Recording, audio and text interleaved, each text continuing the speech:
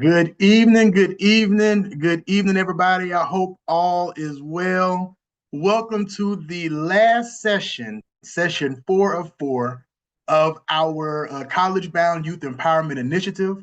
I am hoping that you have had a good time with the first 3 sessions and have found some value in it.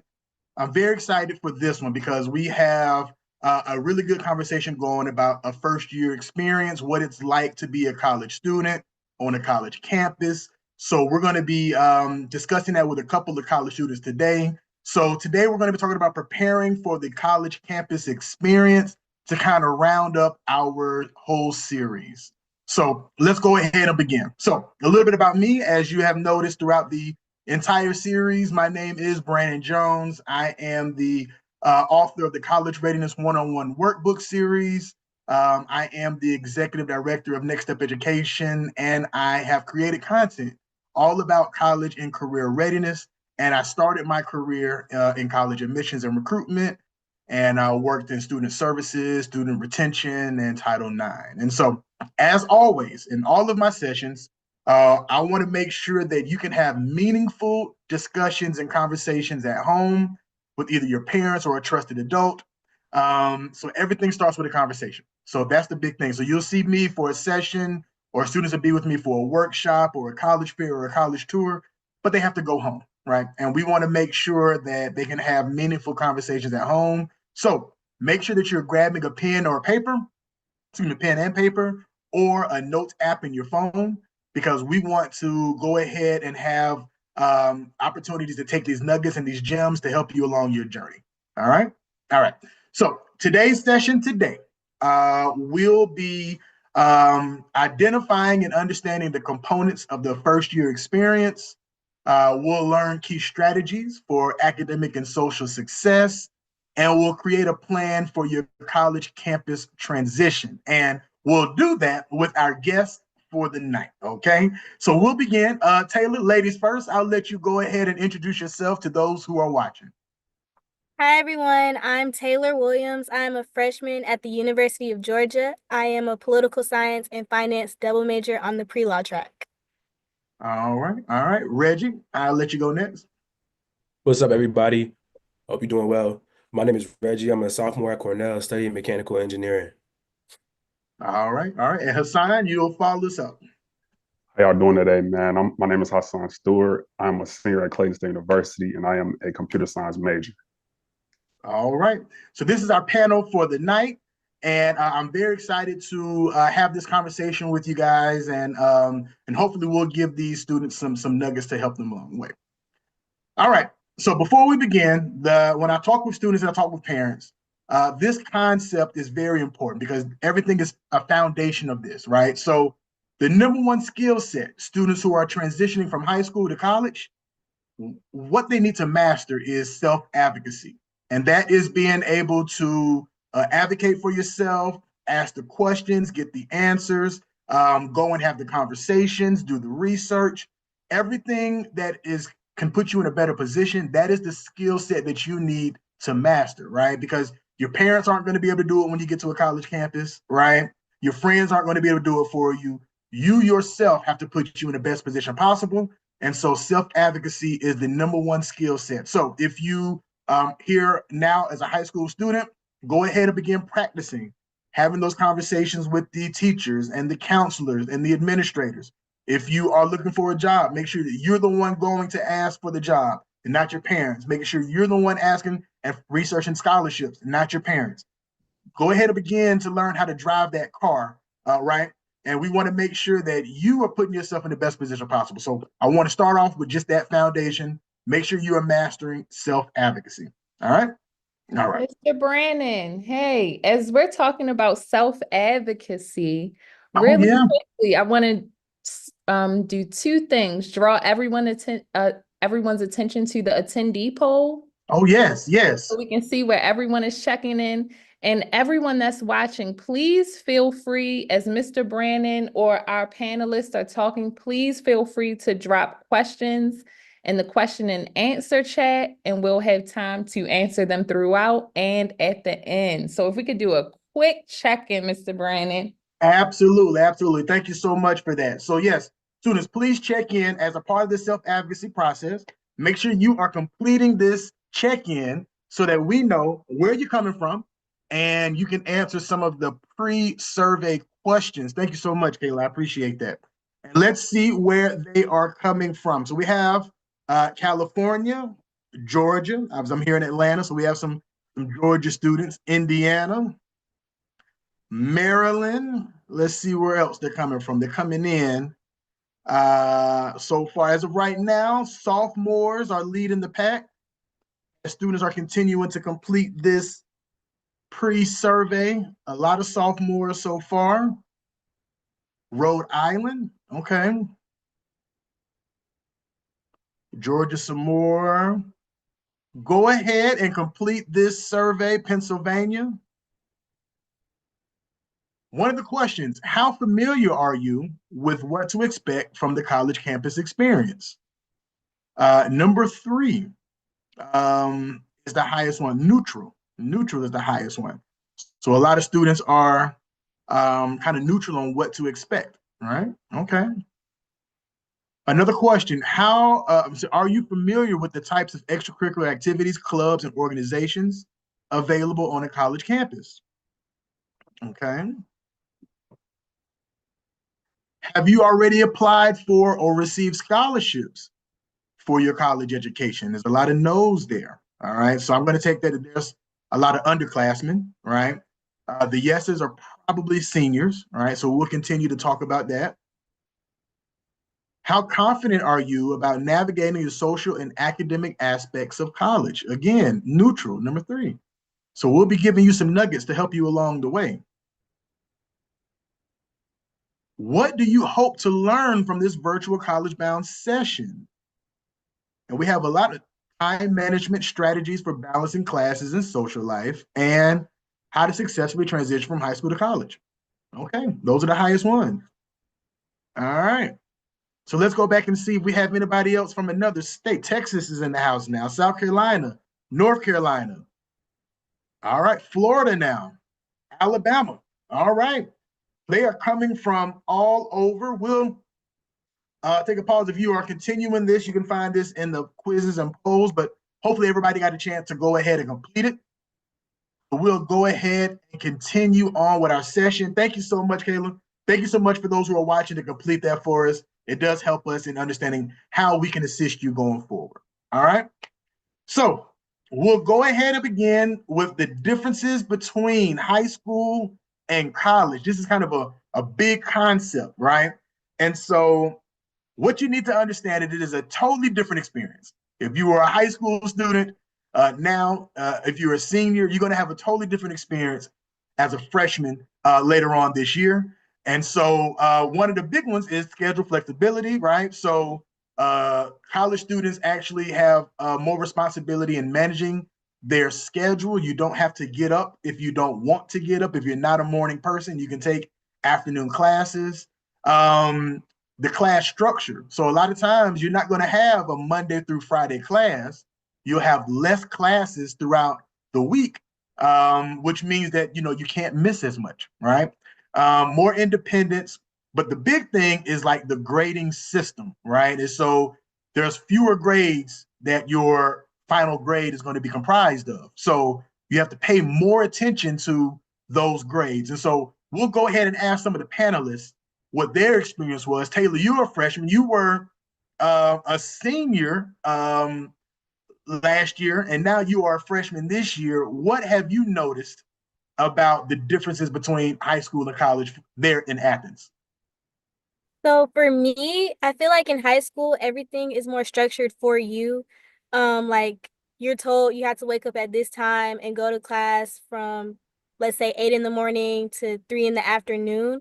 And like you said, once you get to college, you build your own schedule and you think, oh, I've been going to class at 8 in the morning all my life.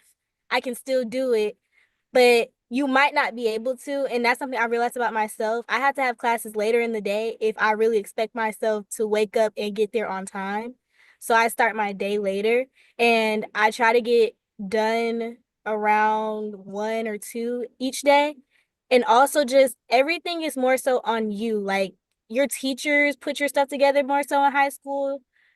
Once you're in college, everything is on you. You don't show up, it's on you. If you don't do your work, it's on you. So just being more responsible is really big. Okay, all right. Hassan, there at Clayton State. Now, I know you're a senior, so you've had this college experience for a while, but what has it been like for you as a college student, just as the experience? What has it been like for you? Man, like what Taylor just said, as far as like getting up in the morning at a certain time, like in high school, you probably catch the school bus. So you have to set an alarm at a certain time and be out the house at a certain time. But now that you're in college, ain't no more school bus. You know what I'm saying? You either, because me, I commute, so it's different now. But in the beginning, it was just more so of picking the right time to take classes, not too Mhm. early, but not too late. So I'm kind of really like in the middle. Like I could still take morning classes, but not like early in the morning. But that's the important part, I would say. Don't take classes early if you're not gonna wake up at that time because you end up being late. And then in college, like your professors is like it's whatever. Like they're gonna get paid regardless if you come or not. Whereas in high school, they'll probably get in trouble for you not showing up. It's like you're an adult now, so it's like you're responsible for what you got going on. Yeah. You are responsible for yourself, right? And so Yeah. that's a big difference. It's a mind shift that students are going to have to really tackle because it is very different from when you were in high school. Okay. All right. We'll continue on.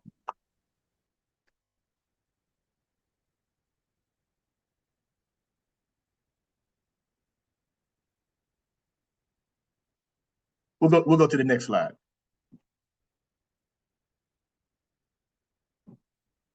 All right. So, what to do after you get accepted into college? All right.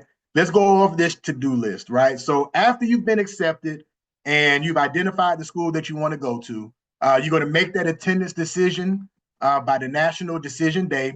Most colleges are going to require you to make some type of deposit, some type of money deposit. You will complete any of the remaining financial aid process documents or anything like that. You'll then apply to that school scholarships. Make sure you are applying to those scholarships. You're going to apply for housing and accept select the meal plans that you're going to choose. A lot of schools have meal plans at different tiers, and so you will just choose the best one for you. You will then go to the new student orientations and you will register for your classes, right? So make sure that you are checking off that to-do list. All right. Now that we're in school, we're talking about the academic strategies for success. Okay. All right. So you will attend all the classes and participate actively, build relationship with your professors, and utilize on-campus resources. Now, Reggie, you are attending Cornell, and that's an Ivy League college. Tell me a little bit about what your experience is like academically at an Ivy League institution. For sure. It's definitely, as you would imagine, I get tested academically every day, whether it be with the homeworks and classes or with the tests. That's why for me it's really important as a freshman.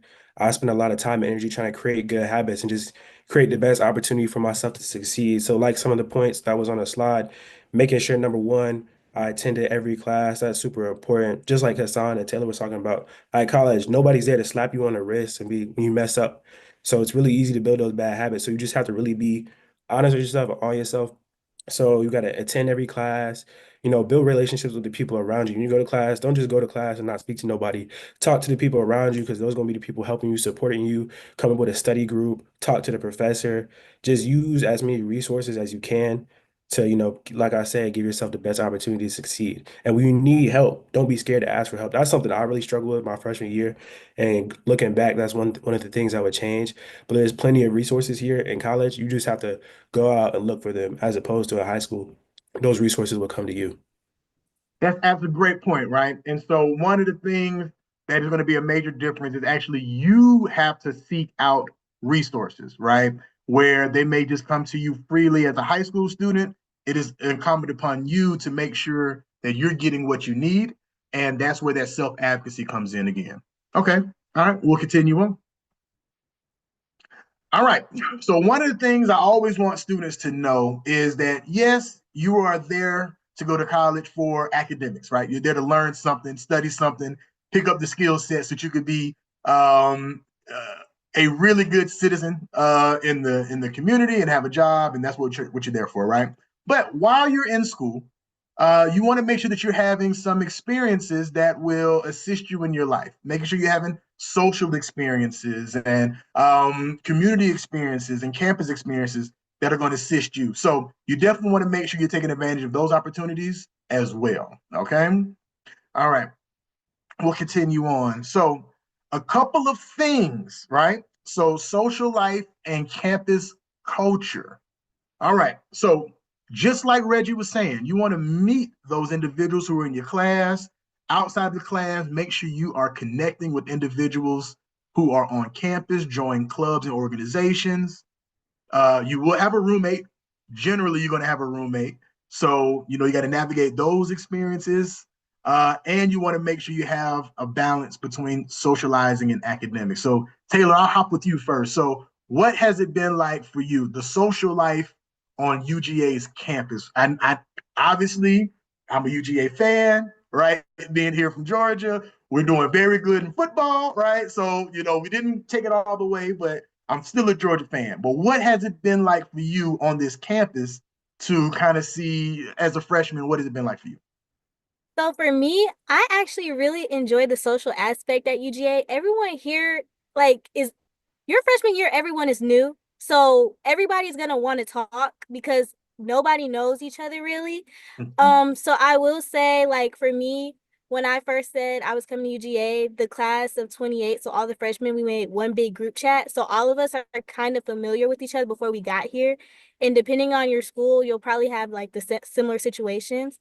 And then on campus, we have a program called Extension, and you get paired with upperclassmen. Like every freshman gets paired with a group of upperclassmen, and they kind of take you under your wing, and you get to, you know, learn more about people that go here. You can join different social organizations, different clubs that go with your major. There are so many opportunities in college that allow you to meet people, even if you don't think you might um communicate with them just on a regular day. You just have so many opportunities throughout the day to meet new people. So I feel like it's what you make it. If you put yourself out there, you'll meet more people, and I would recommend doing it. Okay. All right. Reggie, now I know you are a member of an organization, a prestigious organization. What has it been like for you, your social life? For sure. For those of you who don't know, Brandon here is my frat brother, and we're both a part of Kappa Alpha Psi Fraternity Incorporated. So as you can imagine, social life here, especially as of late, has been, a blessing and real good. But Cornell is a primarily white institution. So coming in, I was one of the things I was worried about what the social life would look like and like how I would fit in. Luckily enough, the Black community here, even though it's not large, is very tight knit. So when I first touched down on campus, I made it my goal to just, get connected with them. I'm very involved with the Black Student Union. There's a National Society of Black Engineers that I'm heavily involved with. And with those organizations, there's always something to do. Always people you see around on campus to talk to, chop it up with, get food with, and it's just a great way to get connected. And if I were to give some advice on the social aspect of things, your first 2 years, more so your freshman year, you have a little more leeway when it comes to classes. So I would really would put yourself out there socially, try out new clubs, try out different things, and just get connected to as many people as possible. That's absolutely true, right? And so one of the big things that I want students to understand is that the individuals that you are in school with now will be your network when you become an adult, right? And so my college friends, some of them have become lifelong friends. And if I need something in this area or that area, they either study there or they're in that area now. And so this is my network, right? And so you want to make sure that you are building those relationships while you're in school to be able to assist you, when you graduate and you're having needs later on in life. I'll take a pause real quick. I'll see if there's any questions in the Q&A section. If there are, we'll go ahead and answer them. If not, we'll continue. Are there any questions in the Q&A chat? Not just yet, but I do want to remind everyone to utilize the Q&A chat. And if you have any specific questions for our panelists, please feel free to ask them. Okay, Yep. so we have one that just came in from Destiny. All right. Says she's not in college, but she is done with high school. but is facing some financial difficulty. So Destiny, make sure you go to our YouTube, the Harvey Foundation YouTube, and watch session 3. And she would like to know if there's any advice that we have for her so that she can get into college. Well, without knowing more details, I would just say, so for her, one of the cheapest ways to go to college, right? And again, I don't know the whole situation, and I would love to talk with Destiny after this. But a technical or community college is a great way, it's a savvy way to get your education because it's cheaper per credit hour for your classes, and you can get into the workforce a lot quicker, right? Depending on what Destiny, what you want to study, and so that's going to be like the cheapest way to go. But I would not mind to have a conversation with you, Destiny, to get a better understanding of the situation so that we could advise you a little better. Okay. All right. So again, if you have any questions, click that Q&A tab. If there's questions for me or for our college panelists, we'll make sure that we get to those questions. All right. We'll go next to the campus resources. Campus resources for you to know. All right. So once you get on a college campus, there are a few people you have to know. Okay. Being your academic advisors, being one, that's the individual who's going to assist you in making sure that you're on track academically to get to your degree. The dean or the program chair of your program of study, that's the person who is over your program. You want to make sure that you know who that person is. Obviously, you want to talk to somebody in the financial aid department just in case there's any issues financially. Career services is going to assist you in getting a part-time job, a lot of times with work study or internships, right? Counseling services, should you need it, right? There's a lot of pressures on college students. College life and student activities, that's the fun stuff. So you kind of want to know who is over that.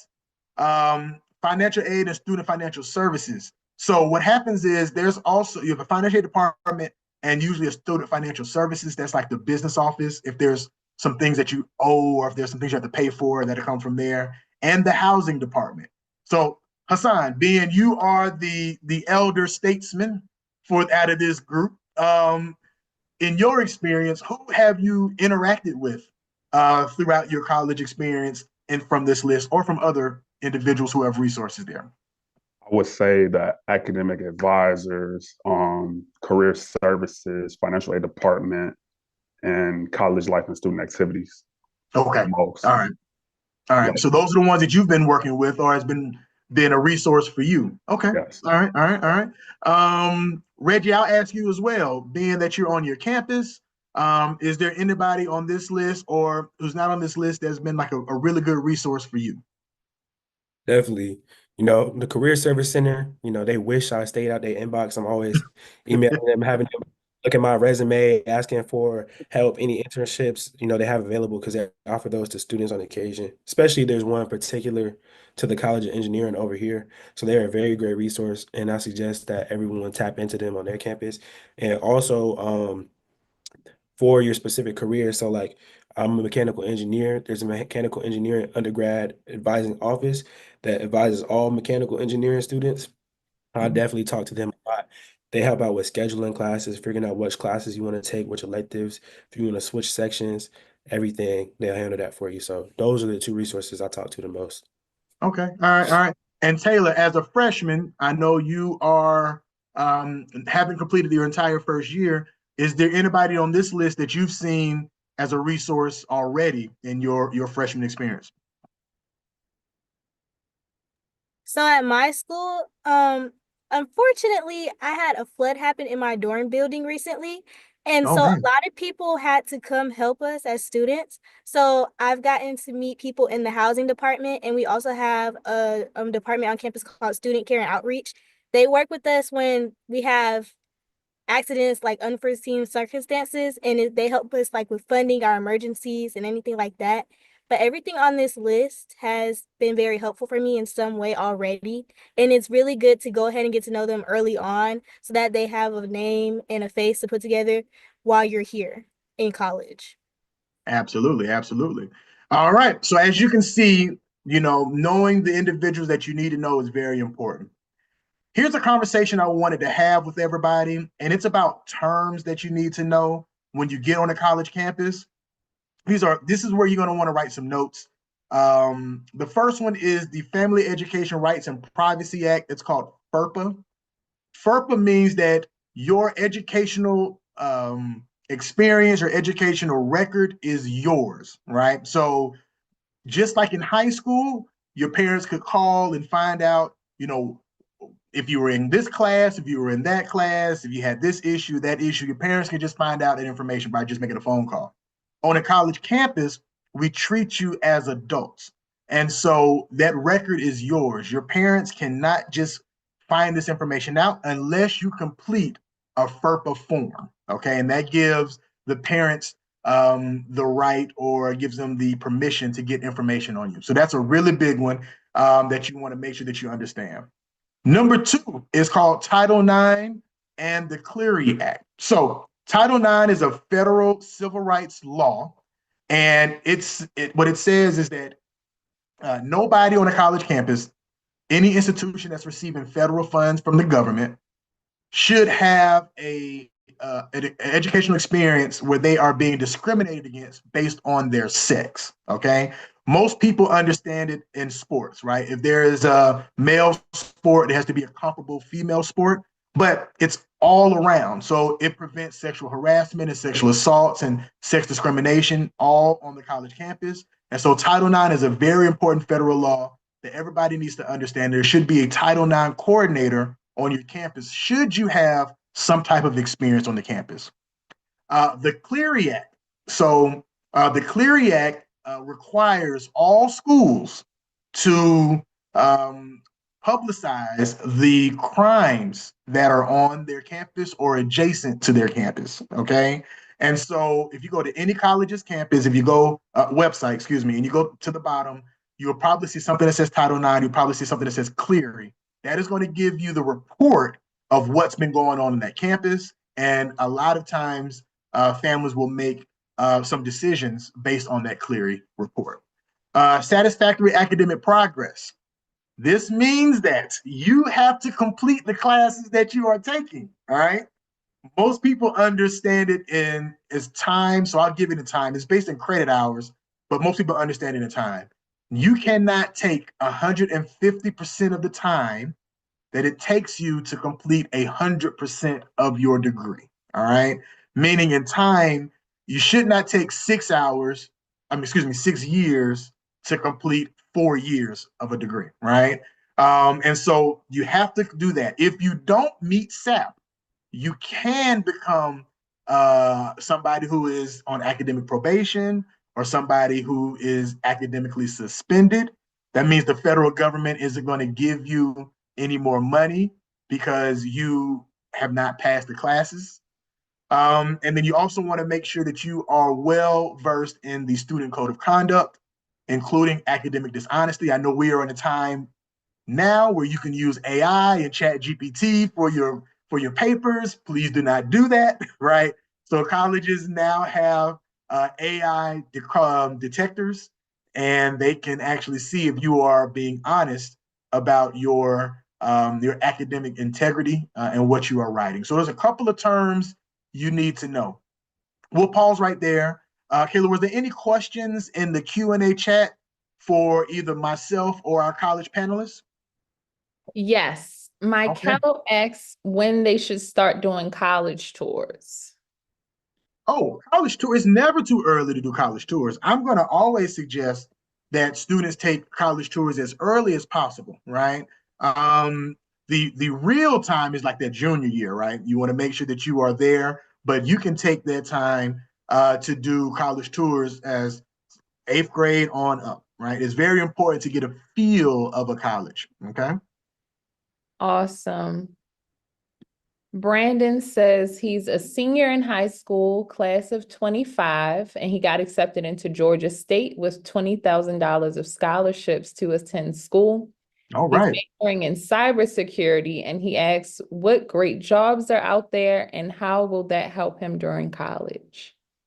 What jobs are out there once he completes? I want to make sure I understand. All right, all right. Well, you know what, Hassan, I don't want to put you on the spot, but I will toss it over to you since you happen to be a computer science major. Kind of what are the jobs that you are seeing as a part of your industry? For him, for cybersecurity, because I do want to get into cybersecurity. So I would say probably try to look at like the hub. Like we have a hub at my school, so I'm pretty sure Georgia State has a hub. But anything of that nature, I'm pretty sure he can utilize career services, and I'm pretty sure Georgia State has a system like us.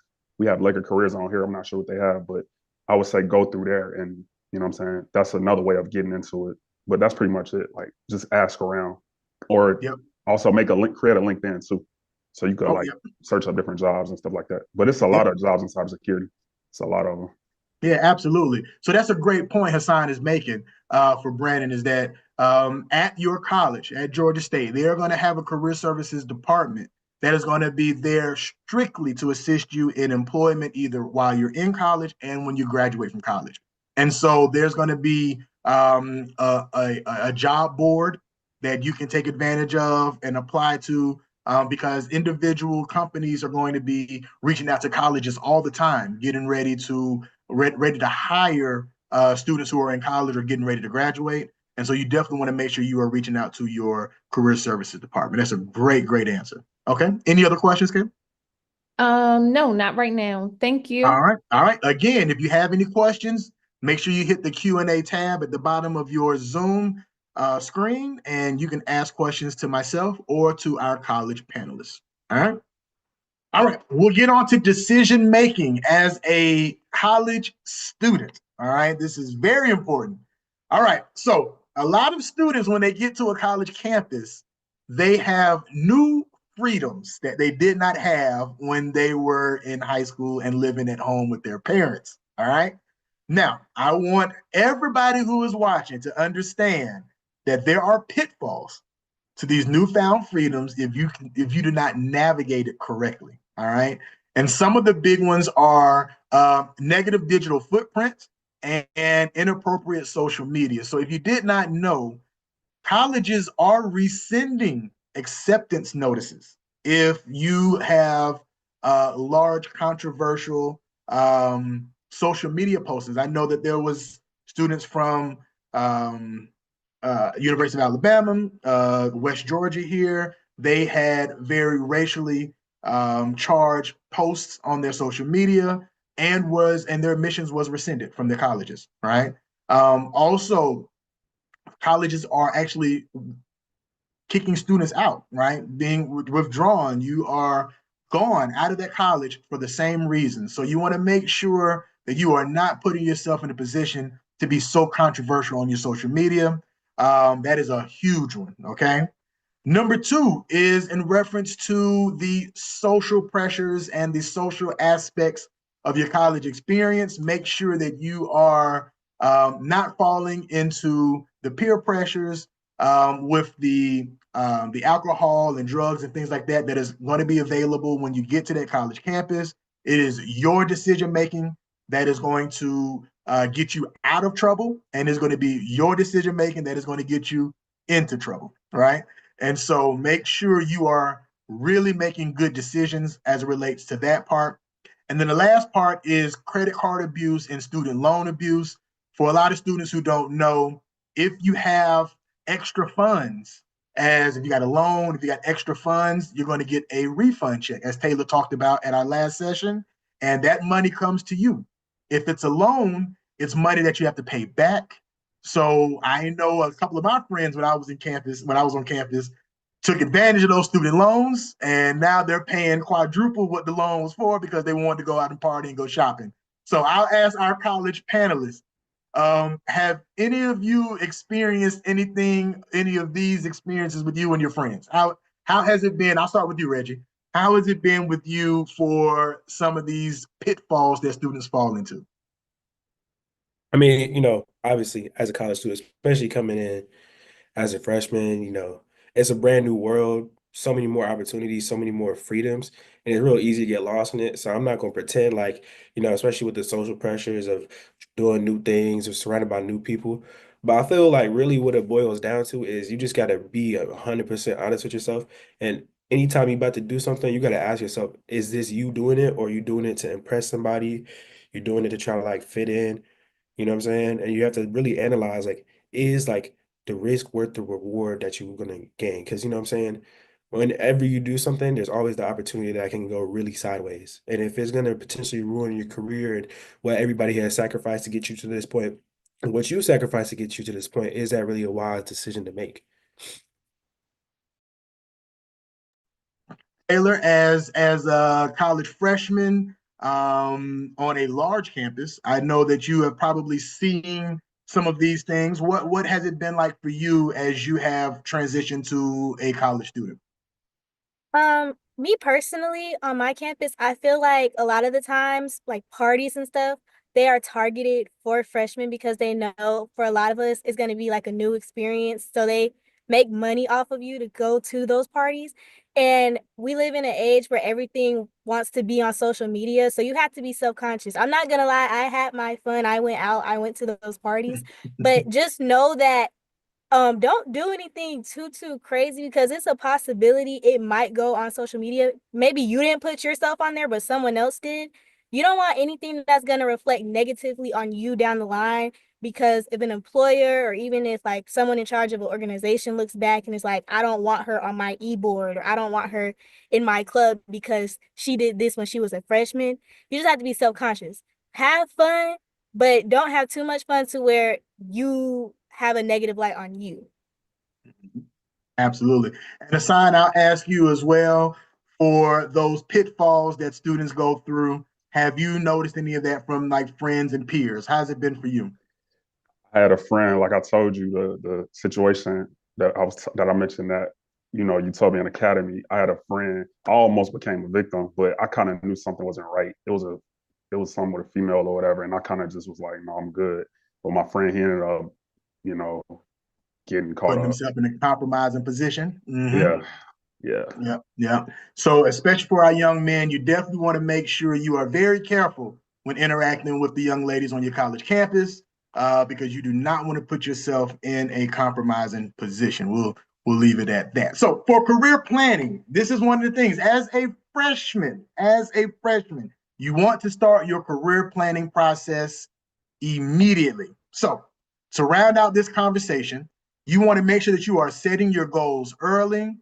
You are exploring internship and career planning opportunities, networking, as we've already discussed, and you want to visit the Career Services Department often. Reggie has already showed us that that is something that he does. And so career planning is one of the biggest things that you want to do because there are students who are actually receiving jobs before they graduate. I have a friend who had a job waiting for him as soon as he graduated. So you definitely want to be in that position rather than being somebody who graduates and doesn't have any prospects for a job. And so that is one of the biggest things you want to do as well is start planning for your career as soon as possible, right? And getting those internships and externships depending on what field you're in. All right. I'll ask, is there any other questions in the Q&A chat?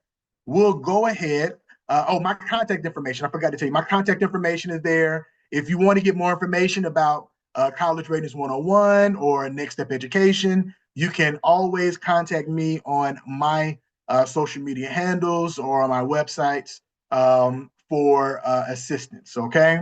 All right. Are there any other questions in the Q&A chat? We want to make sure that those individuals who are watching have the opportunity to get their questions answered. We want to make sure they get their questions answered as a part of this. Are there any other questions? Absolutely. I have a question. Before I go into the question that we have, I do want us to get our poll up. Our post-survey poll, absolutely. Yes, absolutely. Feedback on the session and be sure to drop any additional questions. Right now we have one question from Dream, and she says, are there any outreach programs on campus?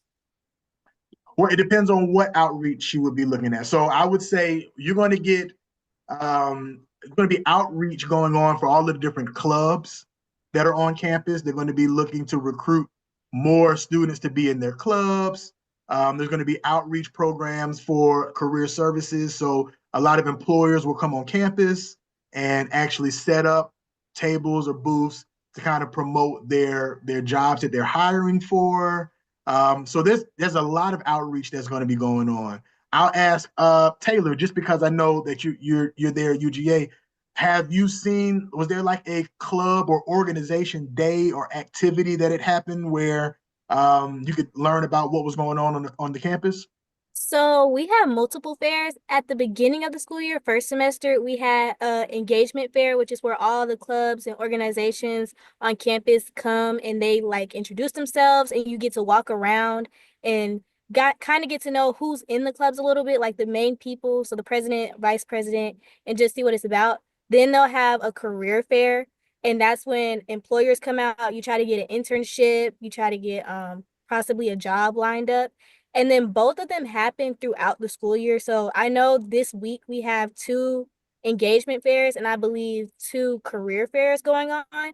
And they just kind of help you make sure with your resume, getting the internship, like I said. But they'll have opportunities at every school to make sure that they're recruiting freshmen or even like sophomores, juniors, seniors in their clubs or getting them internships. So you don't have to worry about that. You just have to show up and be prepared to talk.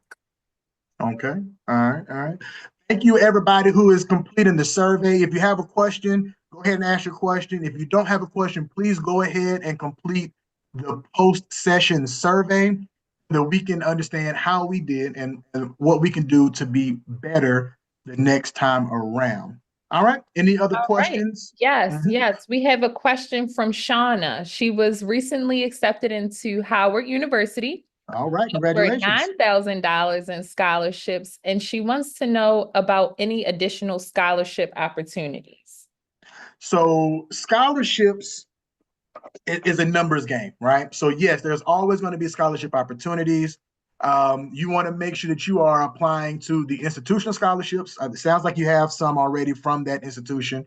You also want to look at your local areas, so the local civic organizations or fraternities and sororities. So I'm the scholarship chairman for the Noonan Fairburn Alumni Chapter of Kappa Alpha Psi, and I give scholarships to students who are in my service area, right? So all of the Divine Nine will offer scholarships. You also want to look at other civic organizations or community organizations like the Kiwanis Club or any other club. Also, maybe your power company. They may be offering scholarships as well. Your bank may offer scholarships. So there's ways to think outside of the box to pay for your college education. You also want to make sure, just on the traditional route, you're looking at scholarship search engines like bold.org, scholarships.com, Going Merry. So you definitely want to make sure you are kind of putting your best foot forward. And if you're wanting to get more scholarship, it's a numbers game. So I work with students, they have to apply to at least 50 scholarships their senior year. And so if you're not at 50 scholarships and you apply with excellence, then you're kind of shooting yourself in the foot. You really have to play the numbers game. I'll ask Taylor. So you received a lot of scholarship funds as a part of your senior year. I will ask you, do you remember how many scholarships you actually applied for? I actually had all my scholarships on a spreadsheet, and if I remember, it was around 70 from like October to maybe May or June. So 70 in that time frame. About 70 applications. And if you would just share with everybody your the amount of scholarship that you were offered in your process. In total, it was over 300,000. All right. So she's playing the numbers game, right? You have to apply with excellence to as many scholarships as possible. So let's get, and again, I don't know how many you've applied for, but whatever it is, let's make sure we get those numbers up. You got to get more shots up in reference to more chances for scholarships. Okay. All right. Any other questions? Yes, yes. We have a question from Miles. Compared to a normal job, is having a work study job better or worse in terms of working conditions and pay? So work study, did any of you have a work study? I had a work study. Did any of you have a work study? You did? Hassan, what was your work study? What was your work study experience like?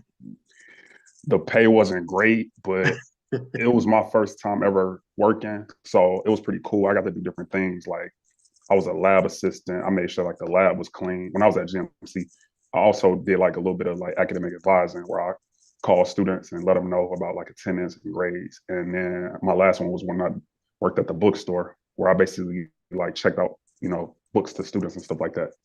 Yep, yep. So work study is a part-time job on campus where you can get paid. It help is a part of a federal program where you can get paid and you can actually put it towards your education, right? And so I worked actually in my department's office, right? And so my job was to help with filing and reaching out to students and make sure they had what they needed, and doing a lot of the administrative work for the department, right? And so it's not going to be generally, it's not going to be a part of like what your degree, it's not leading towards like your degree work, but it is giving you professional experience. And so you want to make sure you are adding that to your resume. So again, it's most of it's going to be administrative. Part-time job may be in the library or in like a programs department's office, or in an administrative office, but it will allow you to get professional experience. Yeah. Awesome. We have a question from Kanice. She says she's currently a freshman in high school. How does she successfully set herself up to get into her dream college? Well, you know what? I'm gonna toss that one over to Reggie. So Reggie is at an Ivy League college, Ivy League institution. And for a lot of people, those are reach colleges, right? And so I will toss that to you, Reggie. Like as a freshman, as a high school student, kind of what was your journey to getting to your Ivy League institution? For sure.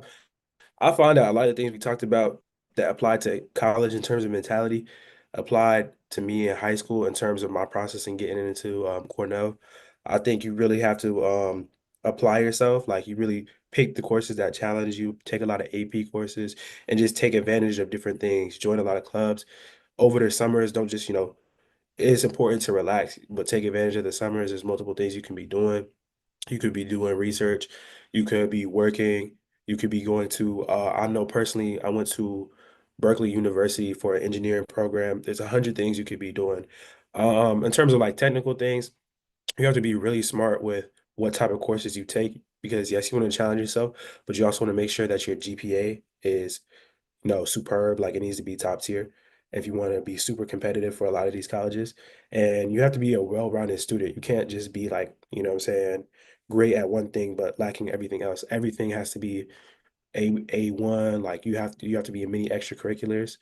Your letters of recommendation have to be very good, your college essays, everything like that. And also, I find just reaching out to people. I was fortunate enough to have a bunch of connections at good schools. And while I was in high school, I would constantly be texting them, asking them for advice on classes, what to take, what to do, and just how to make myself the best candidate possible. That's a great answer. And also, when I was a college recruiter, um, students built a rapport with me, right? And so, let's say they were a freshman, sophomore, I was the recruiter for their area, right? So, every college is going to have recruiters who have kind of geographical areas that they recruit in. Find out who your recruiter is, and just start building a rapport. Hey, my name is X. I'm a sophomore or freshman at this high school. I'm interested in these programs. And then so over time, well, obviously those college recruiters are going to be focused on seniors, right? But over time, you'll be a part of the pipeline. And if they had to choose between you and another student, they're going to choose the one that they had that rapport with, right? And so you want to definitely make sure that you are reaching out as early as now to try to build that rapport with those recruiters and go to those colleges and kind of feel the college, go on those tours, go on those visits to see if you could see yourself at that college campus. Okay. Awesome. Okay. We have a participant that asks, how was your experience with roommates? Any bad experiences or advice with living with other people your age? I'll toss that to Taylor. So sorry you had the flood in your dorm, but but since you're there, what has your roommate experience been like? So I personally love my roommate. Me and my roommate are really close. Everybody's roommate situation is going to be different. So even though I'm having a good experience, I cannot promise that you will have one. The biggest advice I can give you is they're going to give you the option to do a random roommate selection or to pick a roommate usually. For me, I picked my roommate. She just randomly reached out to me on social media and we kind of just talked and see how well did our personalities match? Do we have stuff in common? Do we like the same temperature of our rooms at home? That type of thing. So when you know what school you're going to, they're usually going to have like an Instagram page for your class. So like for example, mine is UGA 28. That's my class page. And I kind of looked through the page and tried to see, oh, does she look nice? Do I want to room with her? And just try to have a conversation. Like I said, everybody's new, so everybody should be open to have a conversation at this point or at that point. But just reach out and get a feel for the person first. And if you think, oh, I like this person, maybe try to see if they're roommates. And it's okay if you do not feel like that's a good person for you. That is okay. I would rather you say, I think we should be friends, not roommates, versus getting yourself in a bad situation. So just be open-minded, but set boundaries early on and know what you can and cannot tolerate. That's a great answer. I won't even follow it up. That is a great answer for individuals. You make sure you are compatible. You want to try to make sure you are compatible because there's nothing worse than having to come back to a room that's just supposed to be your haven, supposed to be where you are supposed to be relaxing, and you are not getting relaxation in your dorm rooms. I definitely understand that. All right. Any other questions? We have two more. So we have All one right. from Hannah. Hannah asks, do scholarships pay for the overall tuition or just for certain things? So it depends, right? So when you are receiving a scholarship generally from the institution, most of that is going to go towards your tuition and fees unless it is stated otherwise, right? So a lot of times we have individuals that they will call them full ride scholarships or full tuition scholarships. So full tuition would pay for tuition and fees. Other scholarships may cover room and board and things like that, right? If you are getting scholarships from organizations like a Next Step Education or a Coca-Cola or a Home Depot or wherever, a lot of those funds can actually go towards anything, right? And so we offer our scholarships and we give the check directly to the student, as we mentioned in our third session, because students may have other expenses outside of tuition and fees that need to be covered, right? And so for us, I know we had a student who needed to get new tires to get to their college campus. We had a student who needed to get a refrigerator to go in their dorm. And we had a student who needed to get like the comforter set, for their bed. And so we wanted to make sure that they were able to cover those expenses because their tuition and fees was already covered, right? So if your scholarship funder is giving you the check directly to yourself, make sure you put it in the bank, save it, and put it towards those additional expenses that may be coming your way. Okay. All right. Perfect. And we have one last question from London. All right. London is a sophomore and wants to start applying for some scholarships. Is there a scholarship template that can be shared to assist with applying? So there's not a scholarship template that we have, only because scholarships are all asking for something. They're different. Now, I would say that I would suggest, London, that you create a brag sheet or a student resume where you can start centralizing all of this information about you, your GPA, extracurricular activities, leadership roles, any accolades that you've received, things like that. As a brag sheet, you will centralize all of that information, and that way you can pick from it when you are applying to the different scholarships, right? That's probably more of the template that you would use, but every scholarship is going to be a little different. So I wouldn't want to tell you there's a template to apply for, but there are sophomore scholarships that you can begin to apply to, and definitely some junior scholarships for you to apply to for the next academic year. But definitely for that answer, I would just say get you a brag sheet or a student resume that you can start building on. Okay. All right. So I want to thank our college panelists for being a part of this conversation. Hopefully you received some nuggets, you found some value, and it's going to be able to assist you on your journey. Don't forget to follow me on my social media handles, my Instagram handles at Next Step Education, at College Readiness 101. Make sure you're following the Harvey Foundation at harvey.foundation. We can't wait to see what we have in store for you in the future. Thank you again for our college panelists, and we will see you again.